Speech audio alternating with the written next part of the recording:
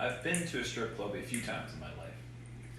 Every time I've been there, I've had a different emotion. Sometimes laughter, sometimes fear, sometimes joy, and sometimes embarrassment. This particular night, I found myself embarrassed. There's few players in this story, one of which, my good friend. He's a meek little man, and he had never really experienced a strip club.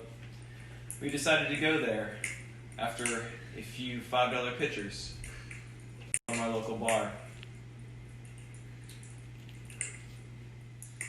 On arrival to the establishment, we went to the barkeep and got a few drinks, and then we ran into an unsavory character, a mutual friend of ours, who is what you would call a wild card. He was there celebrating with his compatriots a birthday, I think it was. The four of us walked to the stage to sprawl our money forth and allow the strippers to frolic around. Upon walking to the stage, there was a calamity.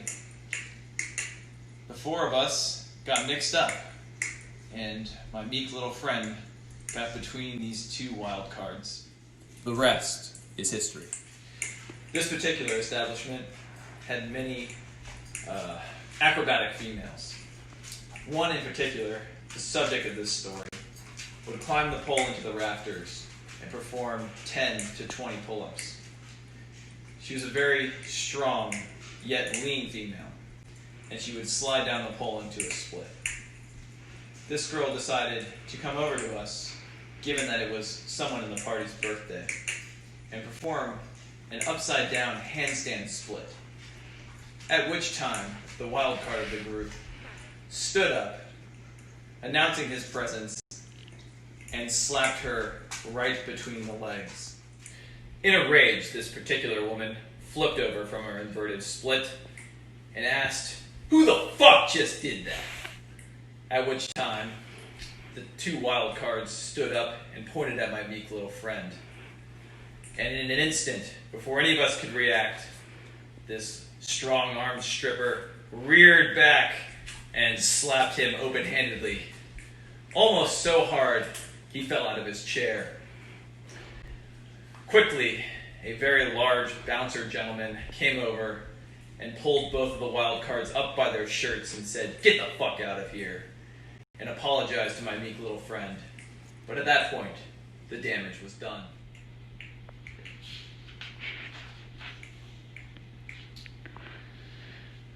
After this traumatizing experience, my meek little friend and I retreated back to a table away from the stage.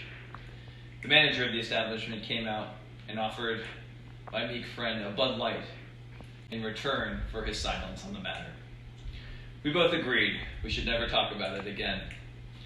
The stripper, after her performance, came down from the stage and apologized to my meek little friend, but it was too little and it was too late. My friend, at that moment, decided it was time to move. Move far, far away from this place where strippers are so strong and open-handed slaps hurt so much. That event will forever be known as a Kugelfuck.